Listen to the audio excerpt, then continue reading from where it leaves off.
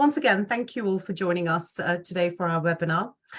This webinar is part of the Whole Housing Approach Coordination series, and we're lucky to have our sanctuary scheme partners and contractors here as our guest speakers today to discuss the role that they play in delivering an effective sanctuary scheme.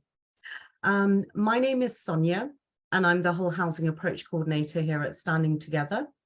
And I'm sure some of you are familiar with the work that we do here at the Whole Housing Approach team, but for anyone who isn't, the Whole Housing Approach aims to improve the housing options and outcomes for people who are experiencing domestic abuse, so that they can achieve stable housing, live safely, and overcome their experiences of abuse. And I'll provide more of an overview about the work that we do in the presentation. Before we make a start with the presentations, I'd just like to go through some housekeeping. If you haven't already, please could you introduce yourself in the chat? That would be great. We are recording this webinar, and it will be shared on the Domestic Abuse Housing Alliance website later on this afternoon. So we will send out the link later on today so that you can access the full recording there. In terms of questions, please do use the question and answer function to put forward your questions to myself and to our panel of guest speakers who will be taking your questions after the presentations. And if you could please use the Q&A function rather than the chat, just in case, because your questions may get lost in the chat, so that will be great. Okay, so I will begin with my presentation. And as I mentioned, this is the second webinar of our Whole Housing Approach Coordination series, which is developing an effective sanctuary scheme.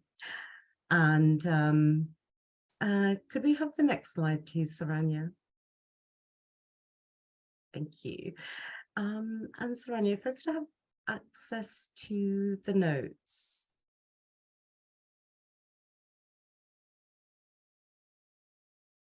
Oh, I don't think that comes up, Sonia, but it will come up on your screen. Sorry, there's a slight technical issue here. I can't seem to access the notes.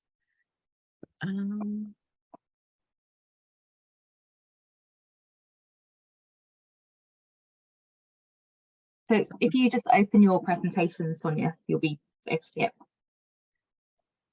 Right. If you bear with me for a moment.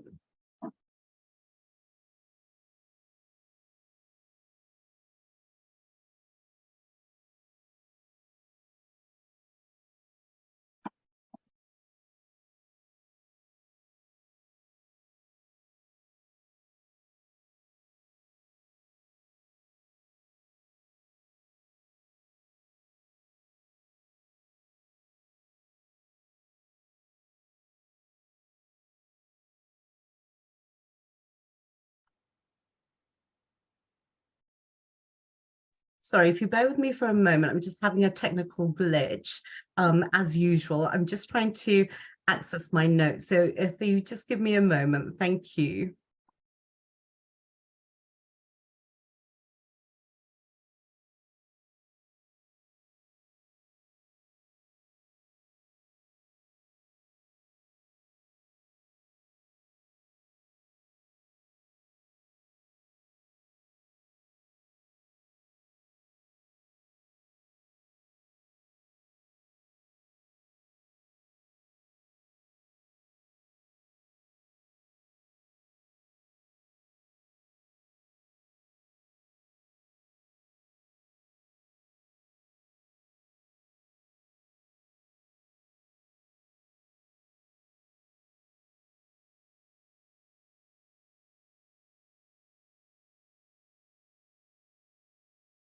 Okay, thank you for your patience, and once again, my sincere apologies for that technical glitch, which I've managed to resolve. Okay, so now we can begin.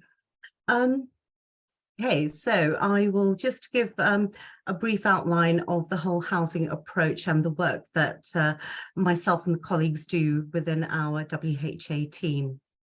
So the whole housing approach was first conceptualized in 2018 by the Domestic Abuse Housing Alliance in collaboration with the WHA-led National Housing and Domestic Abuse Policy and Practice Group. The WHA endeavours to improve the housing options and outcomes for people experiencing domestic abuse so that they can achieve stable housing, live safely, and overcome their experiences of abuse. It is the first kind, it's the first of its kind to consider all housing tenure types and the plethora of options and initiatives needed to enable survivors to achieve safe and stable housing.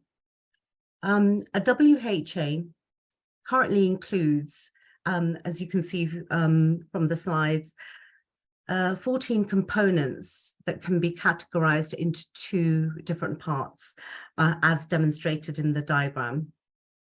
Here at the top, the purple circles represent the different types of housing tenure types. And at the bottom, the beige circles represent the initiatives and the options to help survivors achieve or maintain safe and stable housing. The sanctuary scheme, as you can see at the bottom, sits within our work within the whole housing approach, which will go further into detail later on in the webinar.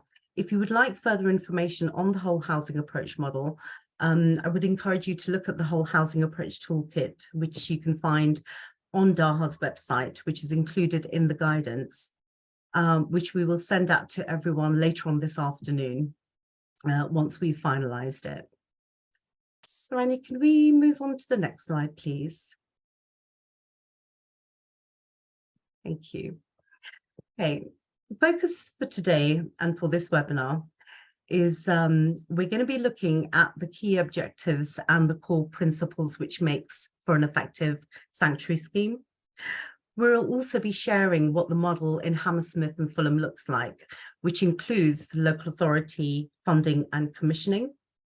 We'll also look at a case study highlighting the process involved when supporting complex cases requiring sanctuary schemes.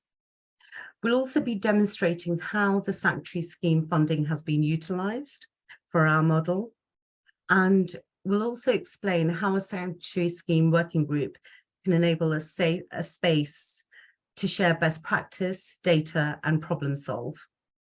We're lucky to have our guest speakers today from the Domestic Abuse Service Advance, our sanctuary scheme providers and partners from the Royal Borough of Kensington and Chelsea, and our independent security contractors, Crawford VCM.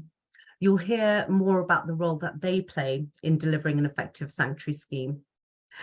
And finally, the guest speakers and I will welcome any questions that you may have after the presentations. Could we move on to the next slide, please? Thank you.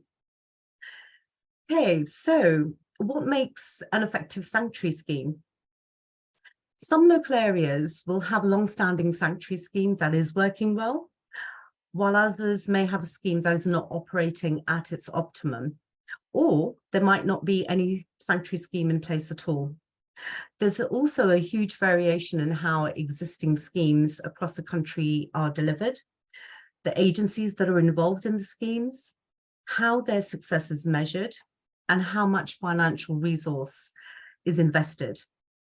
The sanctuary scheme can be installed in an existing accommodation to enable a victim survivor to remain in their current home.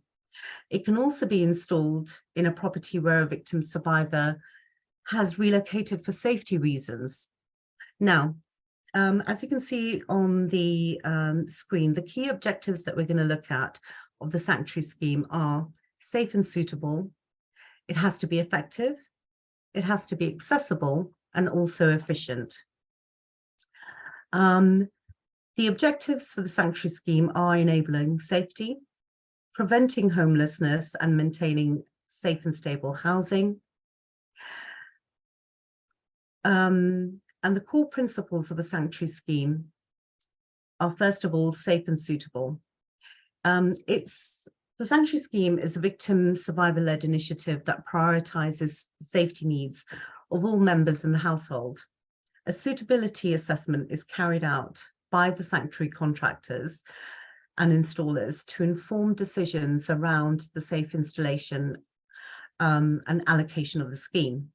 Security delivery partners must meet standards outlined within the sanctuary scheme installation manual. What makes a sanctuary scheme effective? Sanctuary scheme is a multi-agency initiative delivered by domestic abuse informed agencies and professionals. It is offered as part of a wider safety and support package. There's also a minimum set of security and fire safety measures, which qualifies the scheme as a sanctuary scheme. Ideally, this is in line with the police and fire rescue service preferred security and fire measures.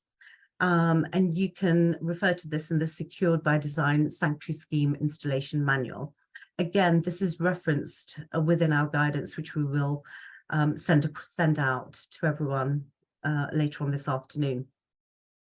At a bare minimum, security measures must meet British standards, and victim survivors are happy with the service, and they must identify feeling safer because of having sanctuary schemes installed in their home. How can sanctuary schemes be accessible? Sanctuary schemes is available across all tenure types, which includes social, private ownership, and private rented sector. It also covers all risk levels, so standard, medium, and high. It has multiple access points for referrals, so not just from the local authority or the police. And we have wide-ranging organisations that refer into our sanctuary scheme. It's also independent, meaning that it doesn't require the victim survivor to be engaging with other services. So, for example, it doesn't require the victim survivor reporting a crime to the police or taking up a referral to a local specialist domestic abuse service, although in some instances, they may be the ones delivering the sanctuary scheme. And the reason for this is we believe that there should not be any barriers at all for victim survivors in accessing safety and security through the take-up of sanctuary schemes. Looking at the efficiency of a good sanctuary scheme model, the delivery model, the referral pathways, the processes and resources adopted promote the quickest response possible for the victim survivor. And victim survivors ideally will have a single point of contact throughout the whole process and throughout the service, rather than deal with several different organisations or different professionals at once. Resources are allocated so that they can reach the maximum number of victim survivors as far as possible. Could we move on to the next slide, please? Okay, so I'll go in a bit more detail about our model in Hammersmith and Fulham. So I'll talk a bit more about how the funding and commissioning is made up, which we're funded by Hammersmith and Fulham Council. We'll also look at the coordination, which is overseen by us, standing together against domestic abuse and coordinated by myself within my remit as the whole housing approach coordinator. We'll also talk about the role of the of Crawford's VCM, who are the sanctuary scheme installation partners. And we'll talk a bit about the referrers. So, for example, local domestic abuse services, the police, housing providers, as well as social services who refer into our scheme. So a little bit of background on our model in H&F. Standing Together coordinates the scheme with Hammersmith and Fulham through a coordinator, which is myself. And I lead on the project delivery, ensuring that it is effectively delivered by ourselves as well as by our partners. The model in Hammersmith and Fulham covers all risk levels, as I've mentioned, and also covers all housing tenure types. And also the criteria is if the victim survivor is residing in the borough. The coordinator, i.e. myself, is responsible for overseeing the whole process. So from the referral process, including assessing referrals, using a trauma-informed and victim survivor-centered approach, and determining whether the referral meets the sanctuary scheme criteria. I also liaise with referrers to communicate the outcome of the referral and determine how victim survivors can be best supported jointly by the scheme, other interventions and support in order to provide that holistic support for the victim survivor. We also look at processing referrals within an appropriate timeframe. Part of our role in delivering the sanctuary scheme in Hammersmith Fulham is to provide domestic abuse informed guidance and support, either directly to the client or via the referrer. And this is to help remove any barriers that may be preventing access to the scheme.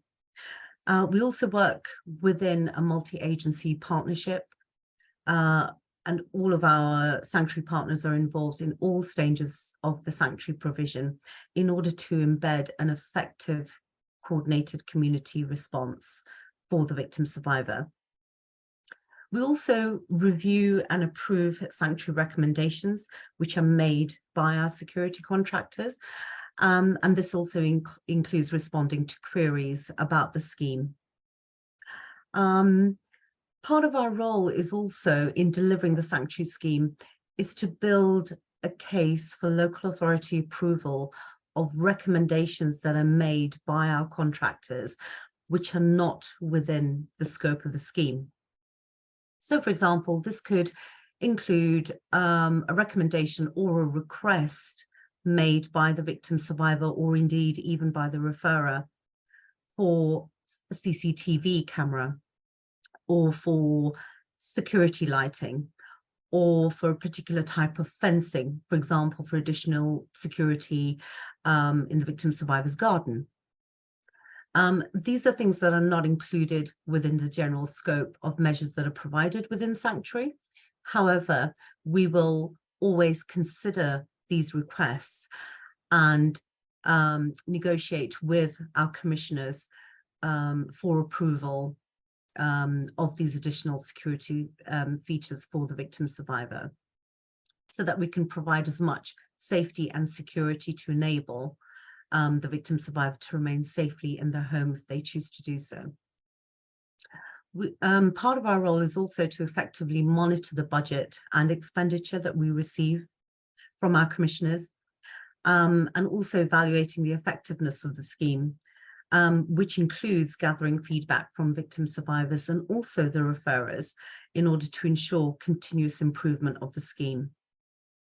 We also promote the scheme locally to ensure that victim survivors from marginalised communities can access the scheme also. And that includes working closely with our partners, for example, buy and for services, community-led services in the local area, so that we can look at where there's gaps in provision, where there might be gaps in, for example, referrals coming through for victim survivors from marginalised communities, so that we can ensure ease of access to the scheme and address any concerns or any gaps accordingly. The local authority funding and commissioning. So Hammersmith and Fulham have been commissioning standing together to coordinate the sanctuary scheme since 2012. And this ensures that a coordinator is in post and that sanctuary scheme installations are adequately funded. Hammersmith and Fulham provide £16,000 per annum for sanctuary installations. And this also includes within that funding, as well as separate funding for a part-time coordinator post. The costs for each sanctuary installation varies according to the victim survivor safety needs, which is decided on a case-by-case basis, as well as taking into consideration the conditions of the property. Now, the cost for sanctuary scheme installations can vary anywhere between £160, for example, to £1,200. Where what we call an enhanced sanctuary installation, which includes the inclusion of a sanctuary room stroke safe room, this can cost approximately £2,000. Okay, we move on to the next slide, please.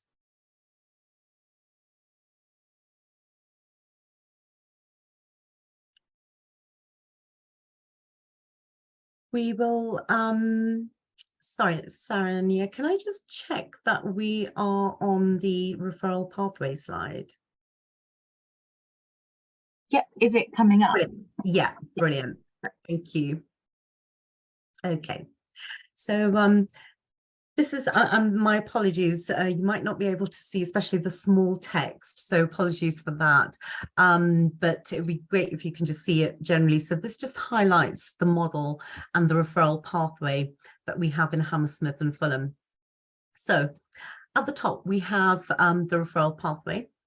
The referral criteria, which I've mentioned, includes all risk levels and also covers all housing tenure types.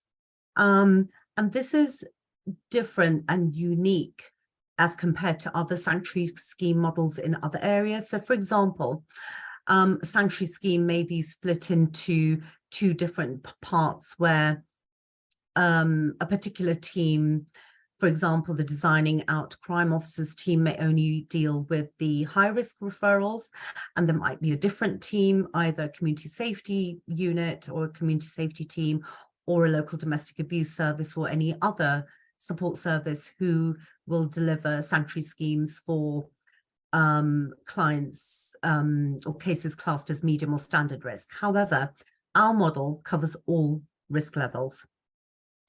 The other criteria for our model is that the victim survivor must be residing in Hammersmith and Fulham, and referrals are accepted from all organisations.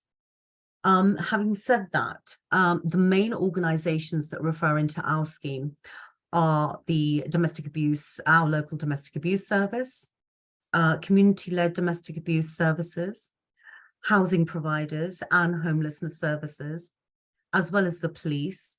And we also receive referrals from adults and children's services.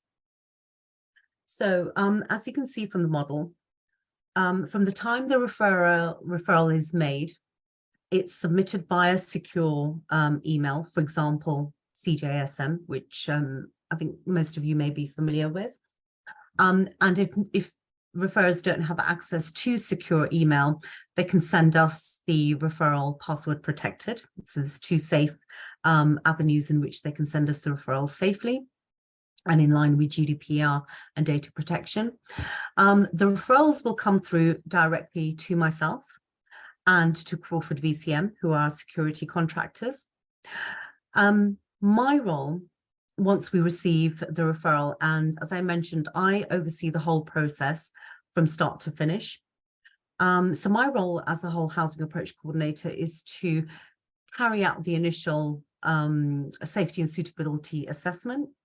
Now, in this assessment, it will include, and I will look for things and have a discussion with the referrer or take that information from the referral form, looking at, for example, whether the perpetrator is still living in the property or whether the perpetrator has a joint tenancy or a joint ownership of the property.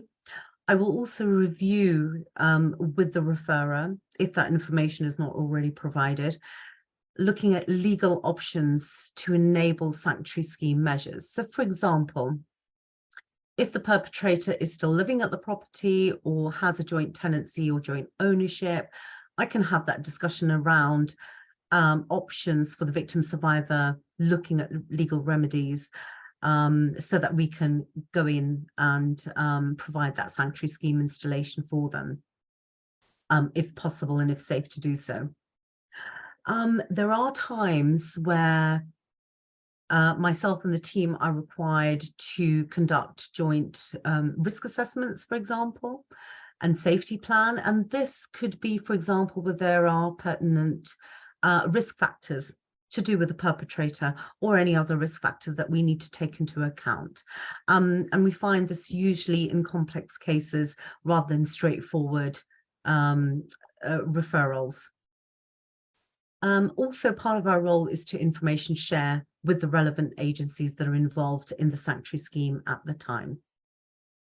So, the role of Crawford VCM within the referral pathway includes contacting the landlord to obtain consent for the works to be carried out. This also includes booking in a survey and installation appointment with the client, and also to update standing together and the referrer jointly if there's any issues, if there's any delays. For example, if there's any delays or issues in contacting or getting hold of the victim survivor, they will come back to us and let us know so that we can deal with it accordingly. And also their role is to proceed with installation ideally, and in most cases on the same day as their first visit. They are also responsible for providing us with quotations on the recommended installations. For example, if the installation will cost over a certain amount, then that will need approval from ourselves, from standing together, and if required, where necessary, additional approval from our commissioners. And once a quote is approved, they can continue and book in a second appointment with the client for installing the sanctuary schemes. Otherwise, ideally, they aim for a time frame of doing it on the same day. Now, as you can see from the screen, we have the criteria. So just very briefly, if the referral does meet the criteria, the confirmation is sent to the referrer, acknowledging receipt of the referral. The installation is completed by Crawford VCM, and then once the installation is completed, the confirmation is sent to the referrer, and the referral is then ready to be closed. However, if the referral doesn't meet the criteria for any reason, we will always, in the first instance, review the referral and also the victim survivor's circumstances, the situation, and that's taking into account sort of all angles in terms of domestic abuse as well as other relevant factors. And we will review that with the referrer directly. And this will include discussions on alternative options other than sanctuary. And also we will always ensure that there is appropriate support in place for the victim survivor if we cannot provide sanctuary scheme installations for them. Once all these processes are followed satisfactorily, the referral is then ready to be closed. Can we move on to the next slide, please? Okay. And once again, apologies for the text being so small.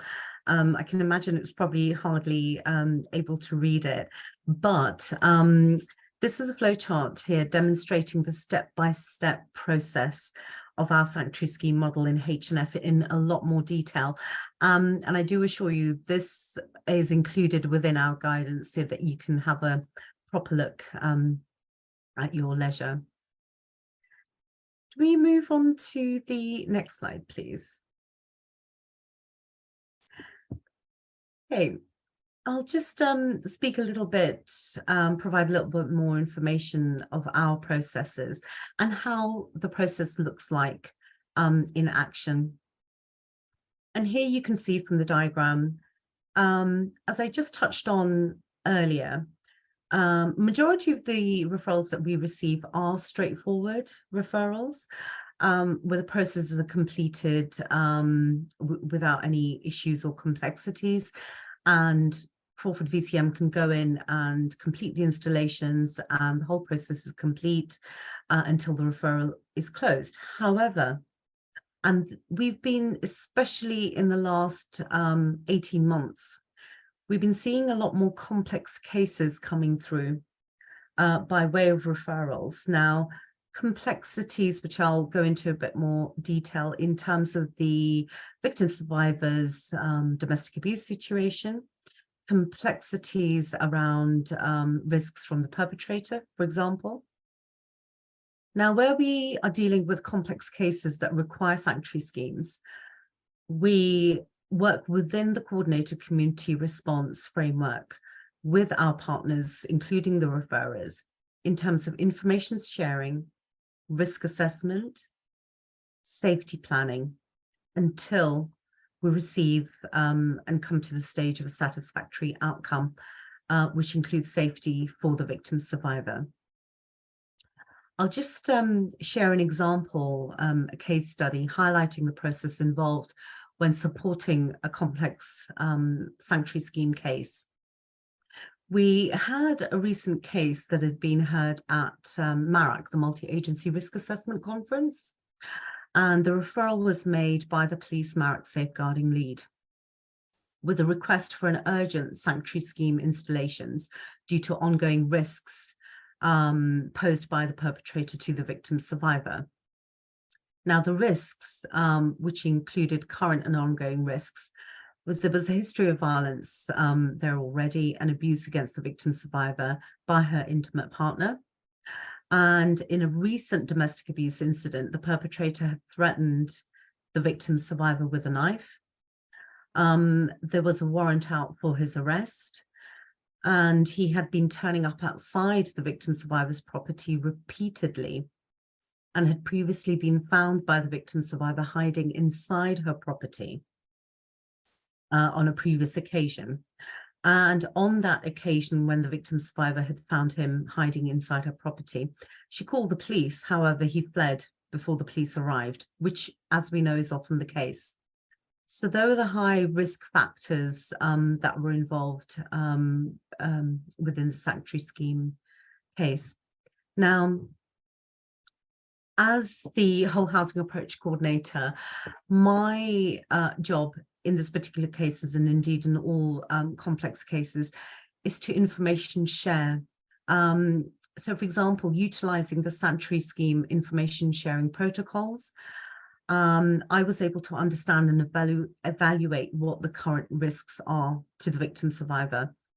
With that knowledge and information, we were able to work jointly with our partner agencies, including the referrer, to effectively safeguard the victim survivor and the sanctuary provider, Crawford VCM, from the perpetrator. And this was in relation to the safe installation of the sanctuary scheme. It also included risk assessing.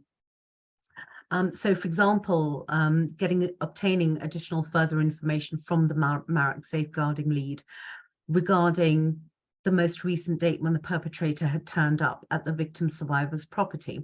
That was pertinent information. So, for example, we needed to know, was it a few weeks ago? Was it more recent? Was it yesterday, a couple of days ago? We needed to have a clearer picture of the perpetrator's movements in terms of attending and turning up at the property. I was also able to obtain information of the risk of violence from the perpetrator towards other persons. And the reason for that was to assess any risks towards any potential risk towards the engineers from Crawford VCM who would be attending the property to complete the installations.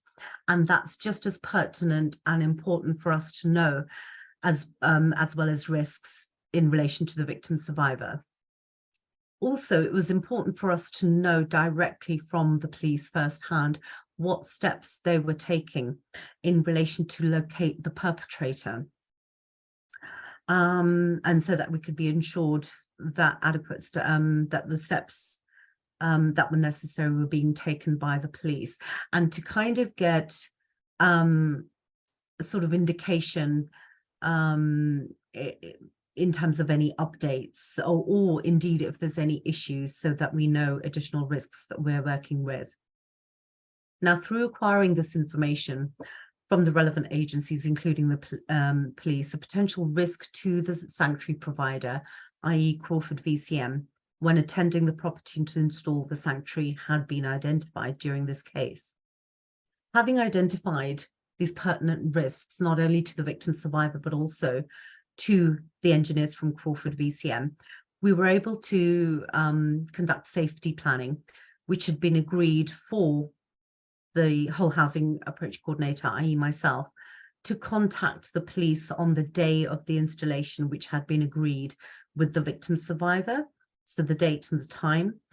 And on the installation day, ahead of the contractor's time of arrival at the victim survivor's property, I had contacted the police via 101 because it was a non-emergency, so certainly not 999. And I had requested for a police unit to attend the victim survivor's property in order to conduct a search inside the property, just to ensure that the property is safe for the contractors to enter and start the installation works. And that was with following advice from the Marek safeguarding lead from the Met Police.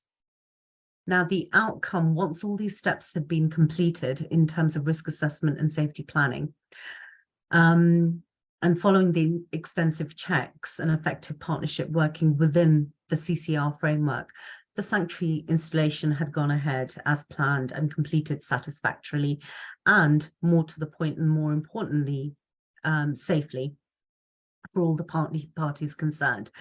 And the security contractors, the engineers, whilst they're inside the property, were able to work safely, and any potential risks from the perpetrator were reduced at that point of time. So that just highlights an example of the extensive work, the extensive steps that are carried out by ourselves in delivering the sanctuary schemes safely with our partners, and all the processes step by step that are followed. And again, there's a lot more detail in terms of complex cases that are contained within the guidance for you to have a look at. Could we move on to the next slide, please? Thank you. Okay. So what do we capture in terms of our evaluation of sanctuary scheme to ensure that it's being delivered effectively as possible? So just very briefly, we look at the number of referrals, the number of properties secured through sanctuary scheme, and that's within the financial year as well as each of the 4 quarters. We have a look at we collect data on the different types of property. We also collect data on the average number of of days it takes for the sanctuary to be installed within the victim survivor's property. We also collect data on the types of security measures that are installed inside the properties. We also collate demographic data of victim survivors, and that's to help us identify any trends and any gaps in support so that these can be addressed effectively. We also obtain data for costs of sanctuary per quarter as well as per year. And this helps us look at emerging trends or issues that may arise, and also helps us to identify areas of best practice, and indeed also areas in which there can be improvements. We encourage our sanctuary scheme working group members, which I will go into more detail later on in the presentation, to also collect similar or same data as we do for our sanctuary schemes, and to provide that data to us to help us and our partners understand the current trends within the locality. So, for example, one gap that we've been able to pick up within this past few quarters in terms of demographic data is that we've identified there aren't enough referrals coming through from the LGBTQ plus community. Now, having discussions with our domestic abuse specialist service providers and partners who directly support clients from this client group, we've discovered that there's a reluctance for victim survivors from this client group to access additional support such as sanctuary schemes. And that's because of through bad experiences that they've had with certain agencies, certain professionals in their journey, their domestic abuse journey, which has resulted in a fear of accessing further support. So whilst they are okay and happy to access, for example, IDVA support, even though support may be offered to them, additional support such as sanctuary schemes, for example, there is a reluctance for the take up in that. And that's something that we are constantly working with our partners in order to address that gap and looking at how we can encourage referrals from that client group. And also how we can, what else can we do to reach out to this particular client group so that we can offer them this much needed service and security and safety if they choose to remain in their own home. And that also fits in a wider sense within the whole housing approach model in terms of increasing options for them, safety options. And again, this is explained in a bit more detail within the guidance. Looking at emerging trends or issues. So another example is in the last 18 months, we have seen an increasing number of requests coming through the sanctuary scheme referrals, for example, for Ring doorbells. And survivors, victim survivors have actually said that whilst they feel safe having the physical measures of sanctuary scheme installed within their home, they still would feel safer, for example, knowing who's knocking up the door. And in, for example, which I touched on previously in complex cases where the perpetrator is constantly turning up at their property, if they're knocking up the door, if they're trying to gain access, if there's any harassment or stalking-like behavior going on, which again is a high-risk factor, victim survivors have told us that they don't feel safe not knowing who is standing outside the door. So on that basis, they're telling us that they would feel much safer having a Ring doorbell installed outside their front door so that they could see if the perpetrator is there or if it's indeed anybody else safe. And then they can sort of take appropriate actions in order to keep themselves safe. However, I must stress the provision of Ring doorbells is not included within the sanctuary offer. However, we're able to offer funding for Ring doorbells through a different program, which we coordinate within the whole housing approach team and model, and that is through the flexible funding scheme. And this is open to all third sector organizations and agencies, for example, domestic abuse and other support services who are able to refer in through the flexible funding with a request for a Ring doorbell. We will then provide that additional funding for the victim survivor to purchase and install a Ring doorbell and have that additional security on top of the physical security measures that that the sanctuary scheme provides.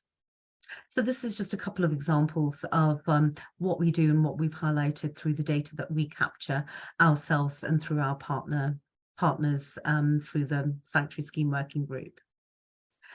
We move on to the next slide, please. Okay, so this is just an example of how we've utilised our funding from Hammersmith and Fulham this past year and the year before. So, as you can see from the table, and again, we've included more detailed data within the guidance documents. So, for the previous financial year, 21 and 22, we were able to secure a total number of 34 homes and properties through the sanctuary scheme, which the cost for that particular year was £16,261. And the average cost per home per sanctuary scheme installation was approximately £478.26. Included in those referrals, two particular referrals within that financial year were for two separate properties which required fencing in the gardens as additional security. And as I mentioned previously, fencing is not something that is within the scope of the sanctuary scheme. However, we will always consider that as an additional security measure. And the total cost for the enhanced installations involving those two fencing installations was £4,604.16. In the last financial year, we were able to secure a total number of 36 properties, totaling just under the total cost that the total funding that we received at £15,917 £72. The average cost per home in that year was £442.13. In that particular year, we had one complex sanctuary scheme referral where we had a request and there was a requirement for a sanctuary room for that particular client in their property. And that total installation came in at a cost of £2,786.40. So that includes the general standard sanctuary scheme installations that were installed as part of the assessment, as well as the additional sanctuary room designed to keep this particular client and her daughter safe within the property from the perpetrator. So that just gives you a slight flavour of the yearly costs. Could we move on to if we just stay on the same slide. As I've mentioned, we've included more details on data and data collection in the guidance documents about the costs for the different types of sanctuary schemes installations that were completed within the last financial year. You'll able to see from the guidance and which highlights the bespoke service provided as per individual assessments of the victim survivor's safety needs and the conditions of the property. And this is within our H&F sanctuary scheme. Could we please move on to the next slide? Thank you. Okay, so what's the purpose of a sanctuary scheme working group? Again, in terms of a sanctuary scheme working group, which in relation to sanctuary scheme offers across the country, working groups also can look very different. I'll just let you know a little bit about how our working group model works within H&F. So the overarching purpose of the sanctuary scheme working group is to facilitate a forum about domestic abuse, housing and homelessness, and safety within and between different sectors who provide support services to victim survivors. Now, we know traditionally organizations can work in silos, and this therefore creates a vital space in order to understand the wider local picture in response to domestic abuse and safety. It also brings together violence against women and girls, VAWG, housing and homelessness, criminal justice sectors through a coordinated community response, a CCR. And this is to help keep the victim survivor as safe as possible through the provision of sanctuary schemes. And it also brings together existing whole housing approach components, which we've covered in the previous slides, within the local area, and also brings together the work with key services and stakeholders to address any gaps within the sanctuary schemes. It also looks at victim survivors' voices and their experiences, which is central to the coordinated community response. The meetings also offer a space for partners to work together, share information, to learn and share best practice, to problem solve, and to keep communicating and improving integrated working outside of the meetings, so that work continues consistently and constantly. Now, we all know that housing remains a significant barrier to victim survivors in leaving an abusive situation. We know that domestic abuse is a major cause of homelessness, where victim survivors often have to flee their homes for safety reasons. And for majority of them, concerns around their housing options make it difficult for them to leave. Therefore, sanctuary schemes should be among a range of support options for victim survivors, which meets their individual housing and support needs. This working group also provides a forum to continue developing new and improving existing guidance and resources, such as the sanctuary scheme toolkit and quality checklist. And again, there is a lot more detail about the purpose of a sanctuary scheme working group contained within the guidance. We could please move on to the next slide. Okay. So how do we develop an effective sanctuary scheme working group? As you can see from the model, the main steps are planning and delivery, identifying group membership, establishing governance documents that are required, developing an action plan, and embedding an intersectional approach. In order to successfully develop a sanctuary scheme working group in your local area, these are the key considerations. The guidance on developing an effective sanctuary scheme is a step-by-step process on planning and delivery, and all of these components, which I won't repeat. We've included templates for the documents that are needed, which are the terms of reference, data sharing, action planning, an example of an anti-racism charter. And that's in order to ensure an intersectional approach.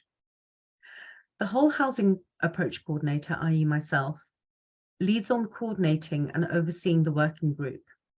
And the responsibilities within this post include acting as the main point of contact for working group members, local authority stakeholders, housing providers, and domestic abuse services.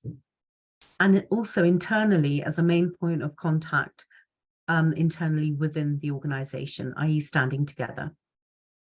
Working with the local WHA services, including the specialist community-led services, i.e. buy and for services, in order to understand the experiences of the victim survivors who are provided sanctuary schemes and provide feedback to and through this group.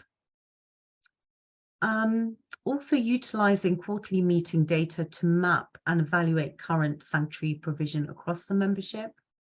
And through this, the coordinator can identify both best practice and gaps across the different services and formulate discussions within the group, within the meetings, to troubleshoot arising issues. It also looks at planning and preparing, the guidance also looks at planning and preparing for the working group and ensuring actions are completed satisfactorily and to deadline. Working with the group to review minimum standards and work together to produce the relevant resources and guidance in relation to sanctuary schemes. The guidance will also look at identifying, as part of the working group, job is to identify guest speakers from organisations, and these include our partner organisations, to deliver presentations or relevant training to the group. So, for example, we've had specialist training provided by a community-led WHA service providing training on harmful practices, and there'll be future training provided by that particular service in order to raise awareness, for example, around harmful practices and other forms of domestic abuse. So that's one example of training that is provided through the working group. Also, the role of the coordinator is to oversee the wider governance of the group and to review its progress frequently. Can we move on to the next slide, please? Thank you. Okay, so here we're going to have a look at intersectionality and in relation to the Anti-Racism Charter. All members within the collaborative structure of the Sanctuary Scheme Working Group, in incorporating the Anti-Racism Charter that we have adopted specific for our group, to help improve our responses to all victims, to all groups of minoritized victim survivors of domestic abuse. And through the membership of the VAW community-led services, we can ensure that this is done through an intersectional lens. Also through the working group, we will be continue to build on our work collating and analysing data to ensure equality of access to professional support for all underrepresented groups, and helping to create a systems change to how victim survivors are supported within the housing sector. And that encompasses all of these points here in terms of ensuring intersectionality is present at all stages of our work, recognising quality of access, looking at meaningfully embedding anti-racism practice into all our work streams and into the work streams of our partner agencies who make up the members of the working group, and also help inform our group discussions. And again, there is more detailed information about this. And also we've included an example of an anti-racism charter for you to have a look at, not necessarily adopt. You may have a look at a different type, a different example that you may come across yourself, but we've just included helpful links and guidance within the Sanctuary Scheme guidance. Okay, could we move on to the next slide, please? Thank you. Okay, right, that's enough. I think you've had enough from me for now. And I can just, looking at the timing, I think I've taken up quite a lot of time. So I would just like to, that's all from me, and that's my presentation completed. We're very, very lucky to have our 4 guest speakers join us today to help deliver this webinar on developing an effective sanctuary scheme.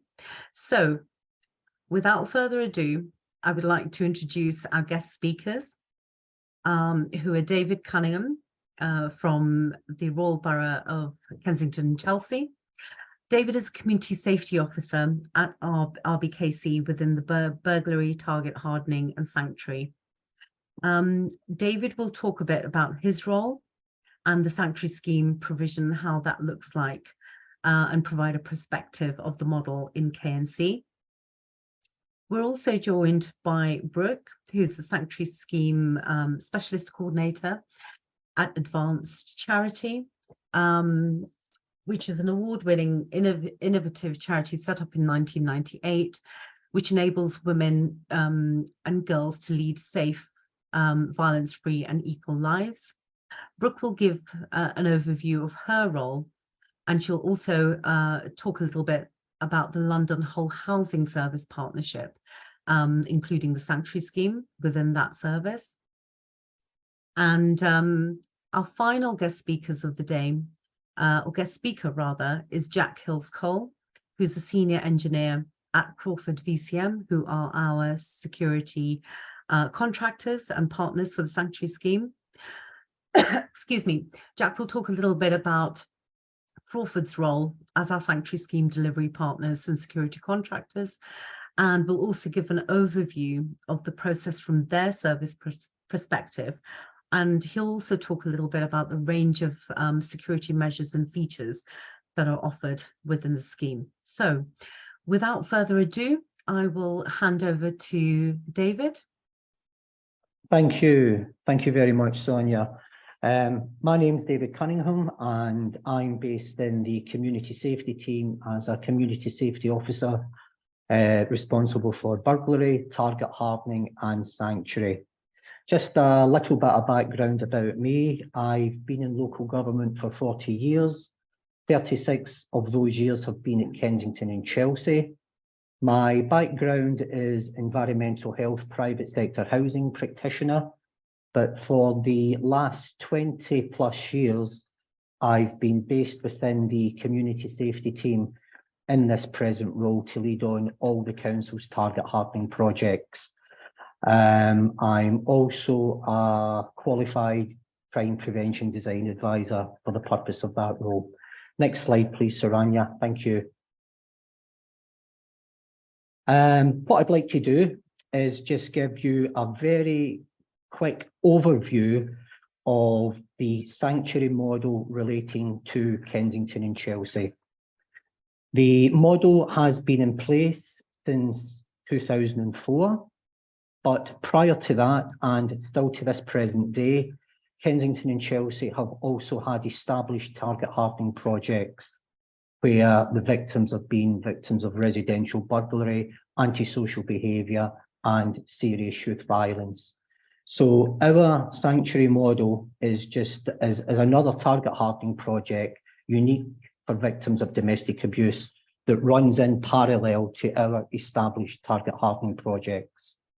As Sonia has mentioned before, our referrals are multifaceted, and on that basis, I would like to think we have a very representative referral process within the borough.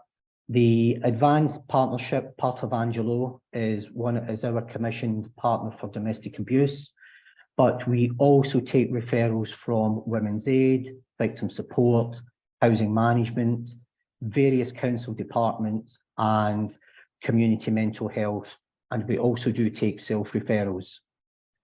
The funding is from our environmental health safest houses grant budget, and that was formalised in the 2020-2023 financial assistance policy, and that has just been renewed for this current financial year. The money that's been ring-fenced is £50,000 from that overall budget.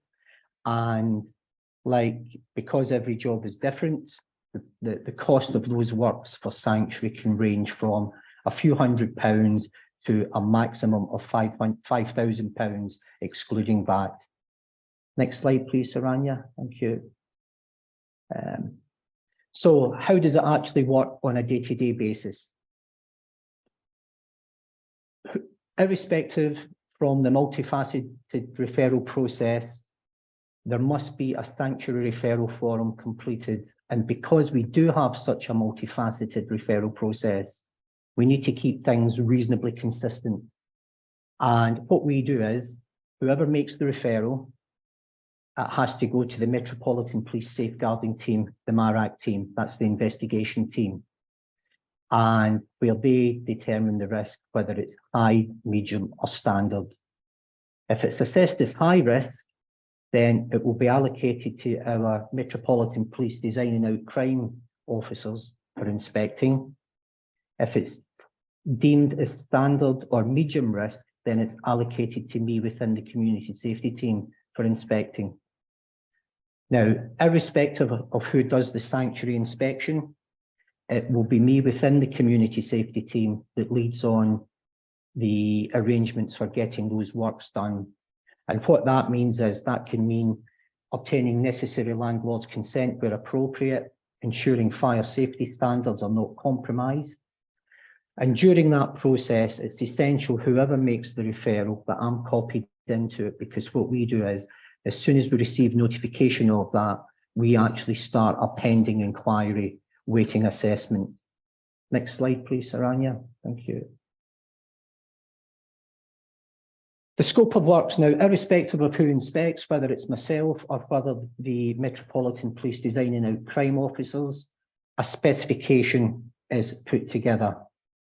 And I know that Sonia mentioned that the 4 scopes of the areas that has to be looked at under the assessment criteria, which is obviously safe and suitable, effectiveness, accessible and efficient. Something that's unique to Central London is that when works are being determined, we really have to make sure the works are necessary and appropriate. And because of the high amount of multiple occupancy units in the borough, we have to ensure the works are reasonable and practical. What I mean by that is, in this borough, unique to Kensington and Chelsea, we have a huge amount of properties that fall under Section 257 of the Housing Act. And that's where properties have been converted into flats that don't meet current building regulations. So we really have to be mindful of that. When we get the sanctuary specification, when that's been completed, depending on the works, that's sent to the landlords with a view to consent. And as I've said before, it's essential that fire safety regulations and means of escape requirements are not compromised. Next slide, please, Saranya. Now, every job's different. They can be, depending on what's currently in position on site, the works can range from one single letterbox cowl to a full door replacement programme.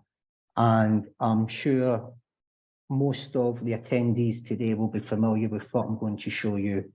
It can be a complete solid core door package, automatic 5-lever deadlock, Euro profile night latch, all complying with BS 861, ensuring keyless egress.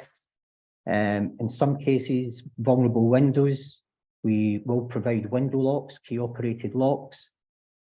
Where arson is a particular threat, we will insist on a Milgard fireproof letter bag. And in some cases, we do go for the internal collapsible grills. Next slide, please, Taranya. Thank you. Sonia has mentioned before, ring doorbells can be quite a contentious issue, but we do include that if we consider it necessary and appropriate. And also we do include, in some cases, a full domestic CCTV system. I think it's important to remember, I am a big advocate of the ring doorbell function. I think it provides a huge peace of mind. Notwithstanding that, we do get landlords, particularly registered private social landlords, that don't like ring doorbells. And when that situation does arise, myself and certainly the Metropolitan Police, who we work with, are more than happy to write to those individual landlords, reminding them that they've got a duty of care. And in most of those cases, we would not need to be asking for a ring doorbell if they actually had a good landlord CCTV system in place. Next slide, please, Saranya. Thank you. In some cases, particularly where stalking has been an issue, we do and will include fencing. Normally, there has been a Paladin risk assessment carried out. So, yeah, we would go ahead and do with that. Not in all cases, though, but the photographs that I've shown you there is just an example of what we do and are prepared to install, where the victim survivor really considers that a piece of work that has to be done. And I think if we are going to take a victim survivor focus at the core of our decision-making process, I think it's crucial that we consider that. Next slide, please, Saranya. Now, spend. As I said, the money's from the Environmental Health Safest Housing budget. I've got the 2 last financial years. In 2021, we've done 27 completed applications, a total spend of just over 41,000, and that was an average of just over £1,500 per property. In 2021, 22, 26 were completed, slightly more spend, 55,000, and that increased the average spend to just over £2,000. What we have got here now is the 2022-23 figures, and what we've got is 22 have been completed, with a spend of £48,000. And that brings the average into about £1,700, £1,800. So I think it has been very, very consistent on that. And I think that's the reason we've managed to secure the funding, is that there's been a strong political will to keep it going. Even before the Domestic Abuse Act came into play, there was a strong political and executive management will under the homelessness prevention category to ensure that we had an effective sanctuary project away back in 2004. What we're also doing is, irrespective of which target hardening project is completed in the borough, whether it's victims of residential burglary, serious families affected by serious youth violence, or the subject matter today, sanctuary, victim survivors of domestic abuse, every single one of them is asked to complete a target hardening evaluation forum. And the responses that we've been getting back are very good and very promising. Next slide, please. Going forward, RBKC Housing Management is currently going through the WHA accreditation process. I sit on the steering group, and I'm also a member of the two working groups, the procedures and partnership subgroups. As Sonia has mentioned, I'm a member of the Tri-Borough Sanctuary Working Group, and that's the one that Sonia chairs. I was involved in that from 2018, when we were put together to work up the sanctuary process under the whole housing approach, when Rebecca WHA chaired that. And the benefits of being a member of that group where we sit today is insurmountable, really. I look upon that group now, the terms of reference have completely changed, but I think that group is an excellent focal point for problem sharing, where you can actually sit with community safety sanctuary practitioners and you can actually look at complex cases and unpick things and share each other's good practice. We're also involved in the national academic research into the effectiveness of various sanctuary models. As some of you will know, phase 1 of that has been completed, and Kensington and Chelsea's involved in the last 15 of those local authorities in phase 2. And that's actually being led on by Professor Rachel Armitage, who's the Professor of Criminology at the University of Huddersfield. And we've also been providing the Department of Levelling Up, Housing and Local Communities on our model that we take forward, where we've actually got private rented sector landlords that are a bit not forthcoming in granting landlords consent. And by doing that, we work very closely with environmental health, where we can and do sometimes have to rely on environmental health practitioners looking at properties under the Housing Act, and in particular entry by intruders. Next slide, please, Sonia. That's me. Thank you very much. Thanks for your time.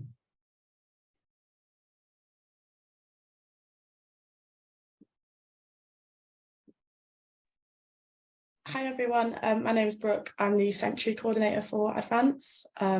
I started this job back in August, and it's my first job in the sector. Next slide, please, Savannah. So here at Advance, we're part of the London Whole Housing Service Partnership, which aims to address and enhance the pathways of housing support for women experiencing domestic abuse. Working in partnership, we aim to support marginalised and minoritized groups to remove them from any immediate harm and provide a safe borough for the survivor of domestic abuse to reside in. Next slide, please. Thank you. For women who wish to stay in their home, my role as the Sanctuary Coordinator is to coordinate security improvements to make their home more secure. So the role involves a coordinated and managed approach, including the utilisation of our subcontracted provider and both local authority funded sanctuary and better coordinated sanctuary improvements provided by registered social landlords. We also help to deliver with supplier or utilisation of borough provision where available, providing home security checks, advice, guidance on equipment, and making adjustments once this has been booked by myself. Next slide, please. Through being part of the Sanctuary Working Group, we're able to problem solve, seek advice and support regarding complex referrals, and we're also able to be kept informed on policy developments. At Advance, we can share best practice from the operational side, as well as through weekly direct contact with the client regarding the sanctuary. I'm able to discuss with the working group what's working well for the client, as well as what can be improved, so the feedback's coming directly from the survivor. Advance represent the client's voice at these meetings, which is vital because we need to make sure we are acting in the most trauma-informed way whilst placing the survivor's needs at the forefront of all of our decisions. Advance can also receive feedback from the working group regarding the process, which can then be fed back to the client as well.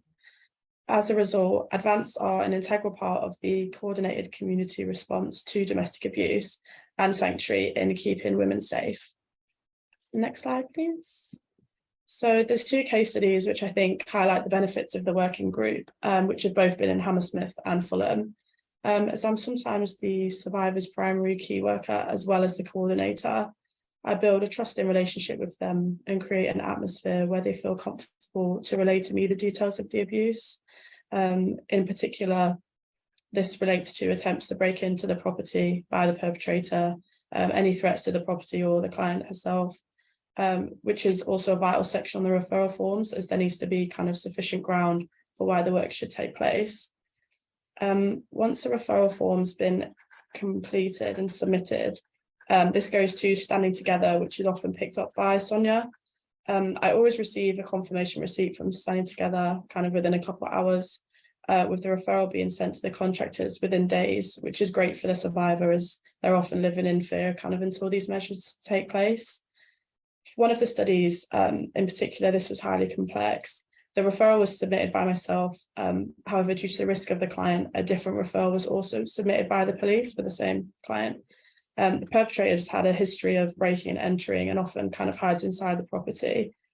So to make sure the property was safe kind of for everyone involved was the highest priority.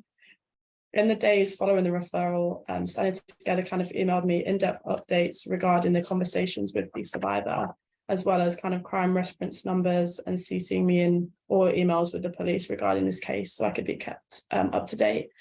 The client was a safeguarding risk and was in fact kind of missing for a few days. However, she did return home a few days later. On the same day she returned home, the assessment and installation works were all completed. And the second installation for the safe room was completed on the 20th of January. However, the time frame was down to kind of getting the parts needed for the safe room, as well as the police guidance on the suitability of this safe room, as well as the kind of guardian's schedule for the appointment that week. The great work done by Standing Together and the police in flagging up the safeguarding issue, as well as the completion of the works soon after the survivor was found safe, enabled the client to stay safe in her home and also secure the property, which is vital for all risk level clients, particularly those at imminent high risk. Next slide, please.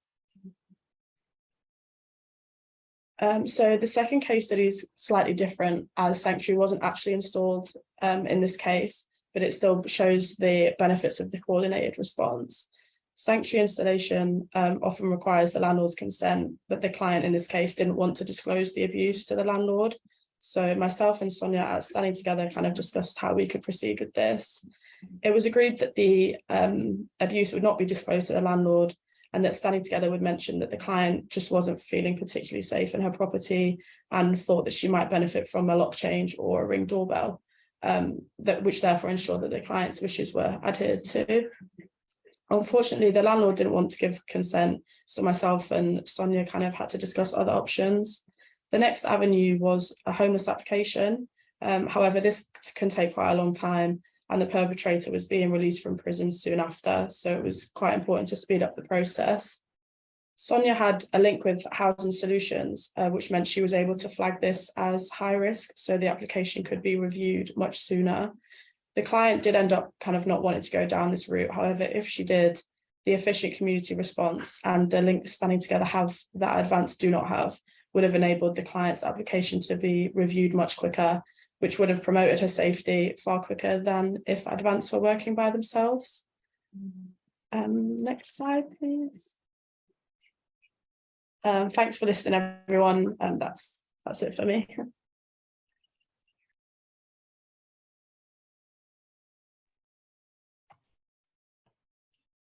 Hi there. Yeah, my name's Jack. I'm a security engineer for Corporate VCM.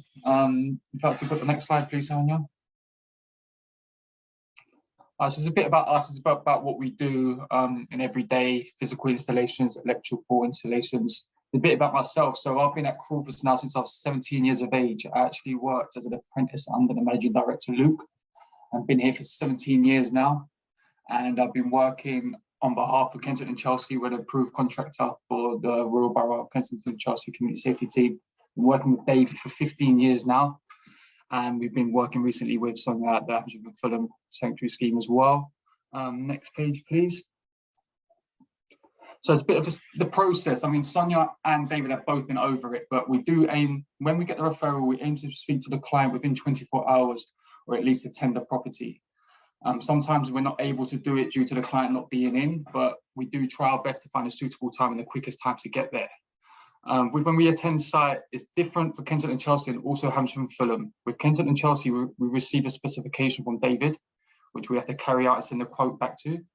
For Hampshire and Fulham, we go and we pass off our judgment and see what we believe needs to be done. If it's within the price range, we get it done on the same day. If it's not, we send the quote over to Sonia and wait for approval. Most of the works can be done in the same day, set where it's made to measure.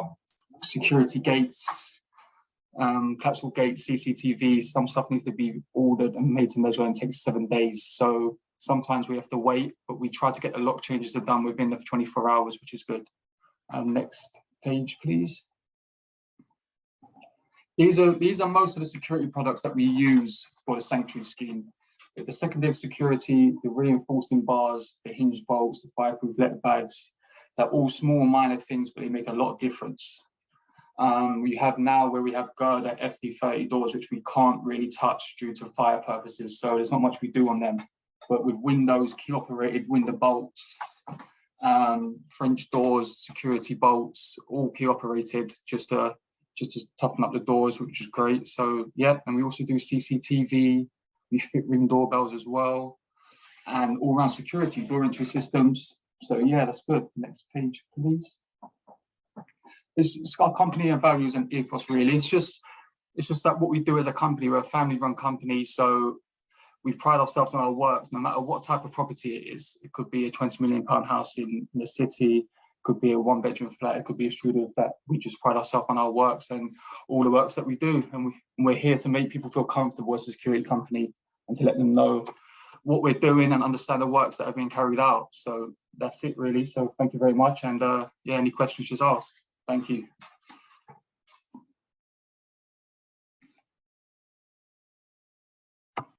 Thank you, Jack. And I'd just like to say a huge thank you to our brilliant guest speakers, to David, Brooke, and to Jack, for sharing their expertise with us all today and for supporting us also with the webinar. Okay, so, and apologies, we've running over time, but we will continue if that's okay with everyone, just so that we have some time to answer questions. So I've just been having a look, and if you've still got a few or a couple of questions, then please do feel free to add them in. Okay, so the first question we've got through, an anonymous question stating that social sanctuary schemes seems to be a postcode lottery, with some areas doing little to nothing while other areas are providing an amazing amount of funding and equipment. And the question is, how can the scheme be improved across all areas? That's a brilliant question. Thank you for asking that.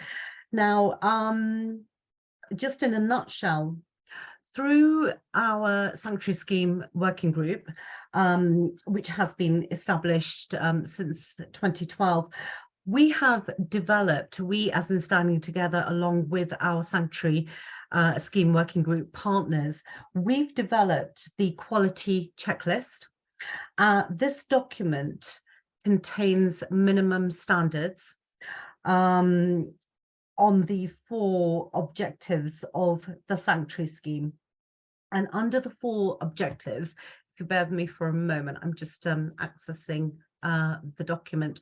So under the 4 objectives of an effective sanctuary scheme, which is safe and suitable, accessible, effective, and efficient, we have, with our working group partners, developed minimum standards under each of these objectives on what and included within the whole housing approach model, looking at these draft standards in order to develop an effective sanctuary scheme under these 4 priority areas. So that is definitely a good place to start looking at how schemes can be improved across areas. In conjunction with this document, the sanctuary scheme quality checklist, using our guidance and resources again is an excellent place to start to have a look at where there's areas in improvement. Also, in addition, part of my role is to work with our national partners in terms of inquiries that they bring to our attention. So I also meet with other sanctuary scheme providers or other areas where they're thinking of either reviewing or developing or introducing a sanctuary scheme. I'm happy to meet with them, go through our model, answer any questions that they have, share best practice, and also share our minimum standards in terms of their development and review of their own schemes. So that's just answering that question in a nutshell. We have a question from Layla Phillips. How many referrals to the scheme do we receive each month? So just to give you an example of this last financial year, and I'll just go quarter by quarter, and this varies again. So first quarter, we received 6 referrals. For the second quarter, we received a total number of 16 referrals. In quarter 3, we received 25 referrals. And in the final quarter of the last financial year, we received 10 referrals. So again, that varies per quarter.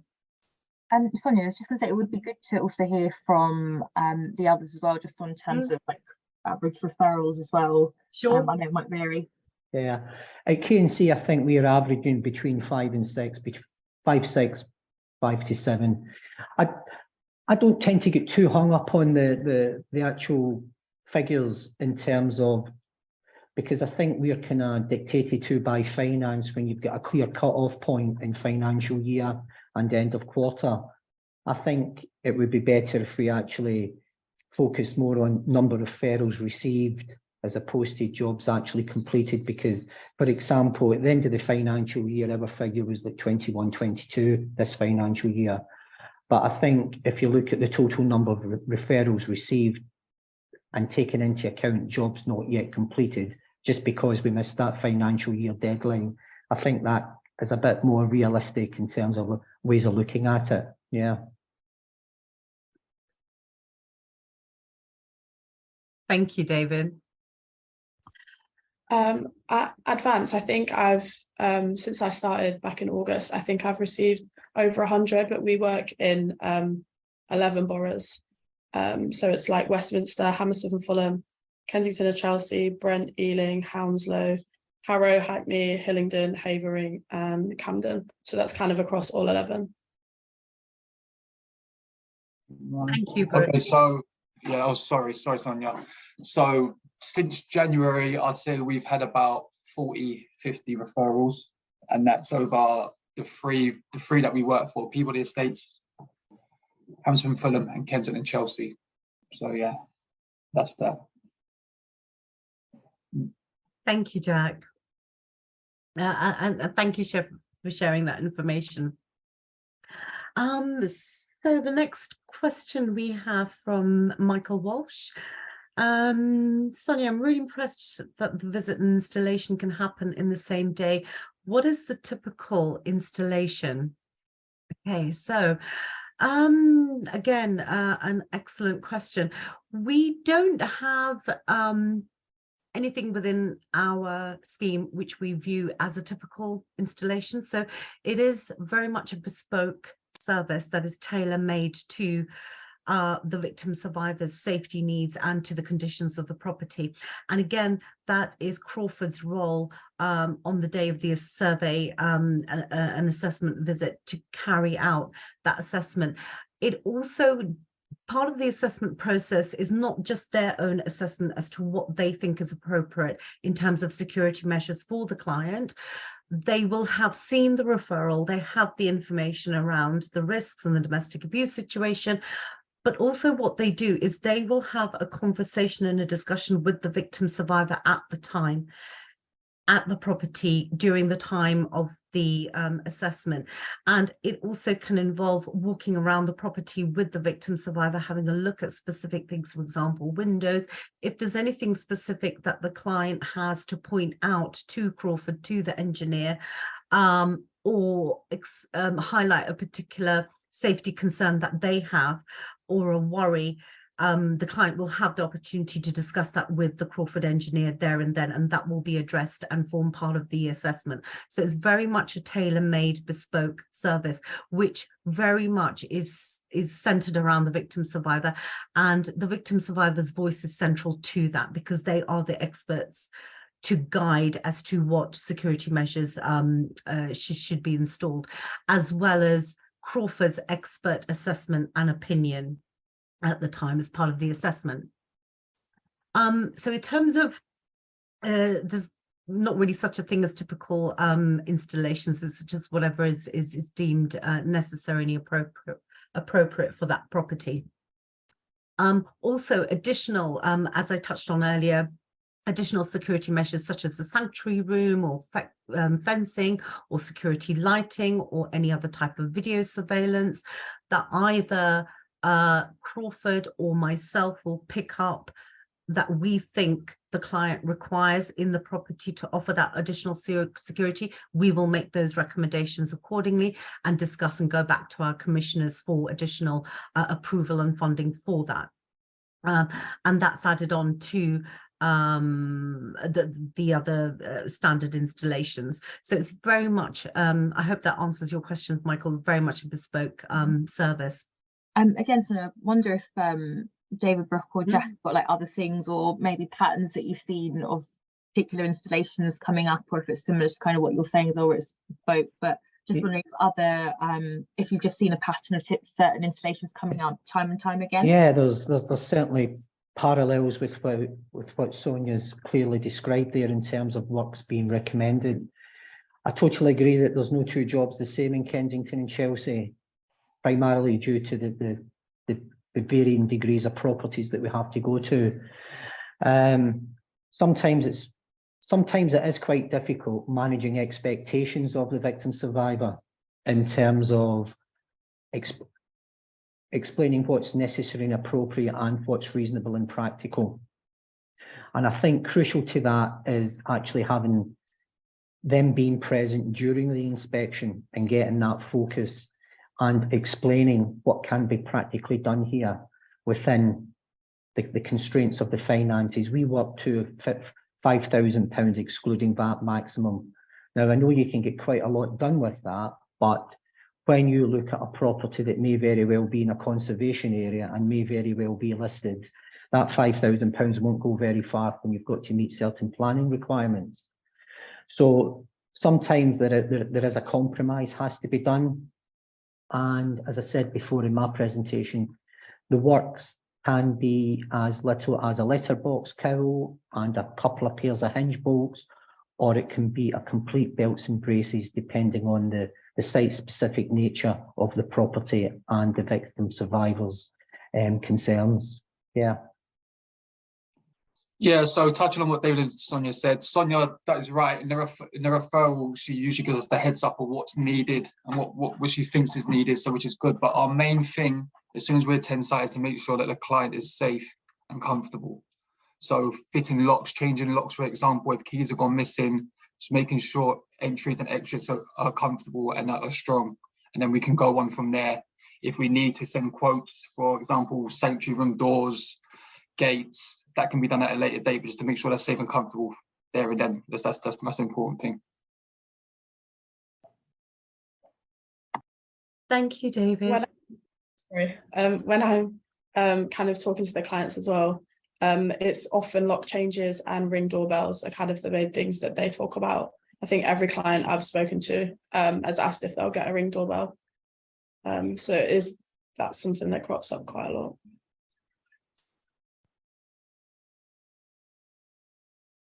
Thank you, David, and Jack and Brooke, thank you for your input. And as Brooke had mentioned, and I touched on very briefly during the webinar presentation, we are seeing an increasing number of referrals through the flexible funding for ring doorbells, and primarily those referrals do come through advance. And again, as advisors, they're the experts in order to identify those additional security needs and safety that the client requires. And just touching on the second part of Michael's question, in terms of the visit and installation can happen in the same day. In most cases, the assessment and installation does happen on the same day. However, for example, if there are additional security measures required, for example, as a sanctuary room or any other type of video surveillance or any other type of equipment, what will then happen is a second appointment is made with the victim survivor as per their convenience for Crawford to go back in on a different date and time agreed with the client to go in and complete the remainder of the works.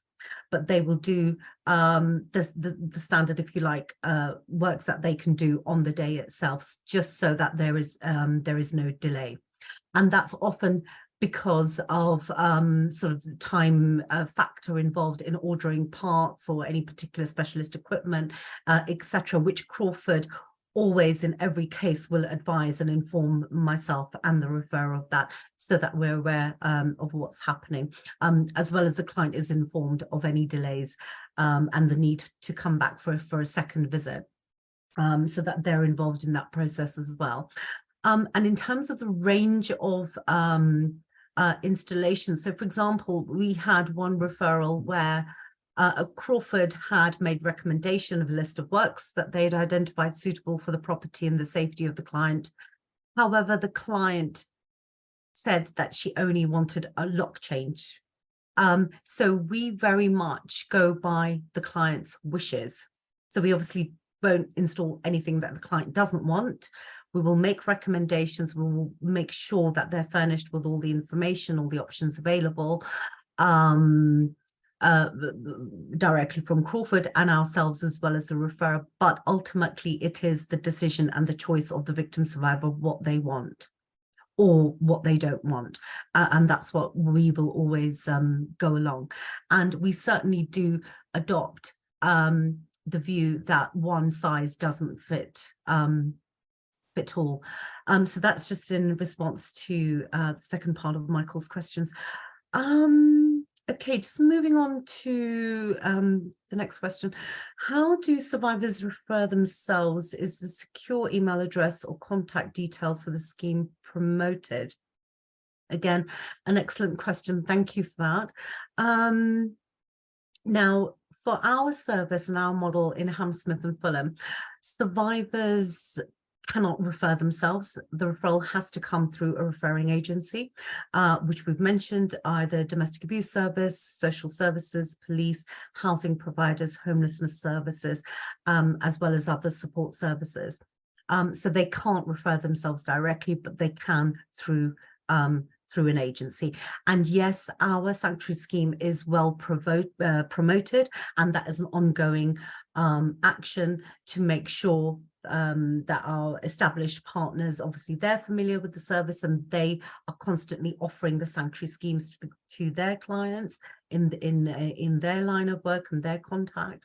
but also we are constantly promoting the service with our, for example, community-led VORG services, because that's where we're seeing a little bit of a gap, to make sure that it's well promoted, that they're aware of the range of measures and what's involved in the process. We try and make the whole application process as easy as possible for referrers to refer into. And we provide them with publicity, with materials that they can show or pass on to the clients that they work with, so that they are armed with that information and can make an informed decision as to whether they would like to have a sanctuary scheme installed or not. And that's offered as part of the range of domestic abuse support. So yeah, in a nutshell, survivors can't directly refer, it has to come through an agency, but we ensure that we are taking all the appropriate steps constantly and consistently to ensure that these sanctuary schemes are reaching as many victims and survivors as possible. Okay.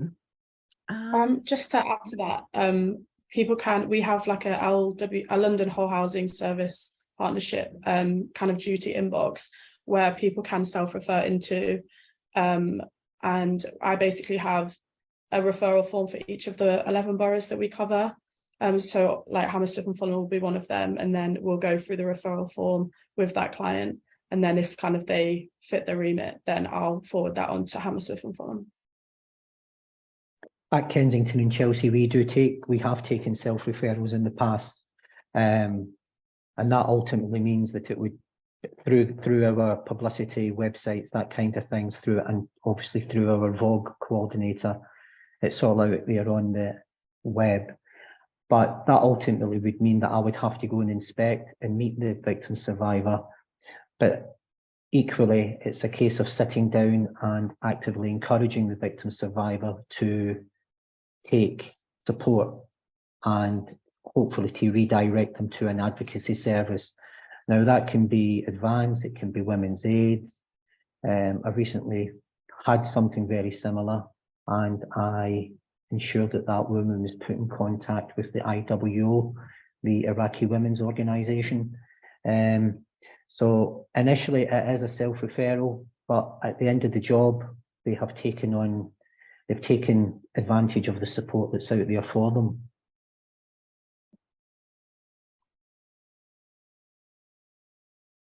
Thank you, Brooke. Thank you, David.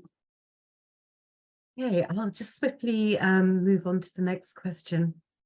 We have from Sujatha Mahe. Apologies if I haven't pronounced that correctly, but thank you, Sujatha, for your question. How often are sanctuary schemes reviewed after initial installation? So here at H&F, I review the sanctuary scheme. So an evaluation is carried out post installation, and that is directly with the victim survivor, and that's usually within 3 months. Is usually done well within the 3 months, and that's only if the client has consented to be contacted by our team to complete that evaluation. And that's a series of detailed questions asking them if they're happy with the service that was provided, with the installations, how safe they feel, if there's any further concerns that they have, are there any particular gaps, is there anything additional that we have or they have identified of additional security that they might need. So there are quite wide-ranging questions that form part of that evaluation. We also receive consistently and regularly feedback from our referrers who will, for example, either post installation will send me an email letting me know what the client has thought about the installation, how satisfied they are, how happy they are with the service. So we will get that evaluation from both the referrers as well as the clients directly. Also, David and Brooke and Jack, if you would like to come in terms of feedback. Yeah. At KNC, all works are subjected to a final inspection. So we do carry that out on site. We do that before we pay the contractor, I need to add. And once that final inspection is carried out with the victim survivor, all works are guaranteed for 12 months after the date of installation. So it's made clear to the victim survivor that if there are any problems, they can come via me, or if they choose to, they can go straight to the contractor, whatever contractor carried out the work on our behalf. They know the process that they have to go back and do any snagging items. And as I also said, we do complete a target hardening evaluation process at the end of the job. That's given to the victim survivor. And I don't get to see that. That goes straight to our policies and engagement team, and they do the evaluation and it's all done anonymous. So there is a process there. Yeah. So, oh, sorry. No, go on, Jack. Go. I know. So we take pictures of all our completed works that we carry out. So that's how we keep, and we send them to who we need to send them to show the work's been completed. And all our works has got 12 months, all dependent on what happens, of course, to the locks, for example. So yeah. Thank you for that. I'm just conscious of time. I know there's a lot of questions about Ring doorbells. I wondered if it might be worth, with the Ring doorbell questions, answering that via email. It's within the guidance as well, but I just thought it might be useful just to have one more question, which is just about, it just says, what accreditation, qualifications, training does a security contractor need to have as they are working with survivors? They need to have any specific domestic abuse training? I thought that'd be a good one for you to answer, Jack. And then with the rest of the questions, just because we are already over, we'll just put it in the email if that's the right. Apologies to those that have submitted questions. I know we've run over, so I hope that's okay. Yeah, no problem. So all of my engineers were all police checked. We've been on customer service courses, first aid courses, but yeah, so, and really there's 4 of our engineers, and we have all been doing it for 15 years plus. We've been working for sanctuary schemes for that long, so it's experience as well, really. And we like to keep the four, like to keep them on the sanctuary works, specifically for sanctuary. We keep these 4 engineers for, so yeah.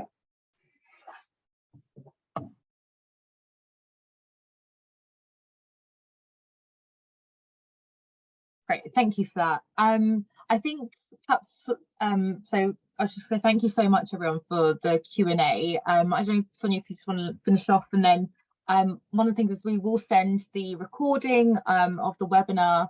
And it's great to just have so many questions, and thank you so much to the speakers as well, because it's been so valuable. Alongside the the recording of the webinar, we've got the guidance as well, which will be sent later this afternoon, which has more details. But obviously, please do email Sonia or any of the guest speakers if you've got any more questions. And I'll hand it over back to you, Sonia. Thank you, Saranya. And again, a huge thank you to our guest speakers. So thank you, David, Jack, and Brooke. Thank you for your excellent input and support and your presentations. As Saranya had mentioned, I'm more than happy. My contact details are there. Please do feel free to reach out, and I will respond to the remainder of the questions in the Q&A.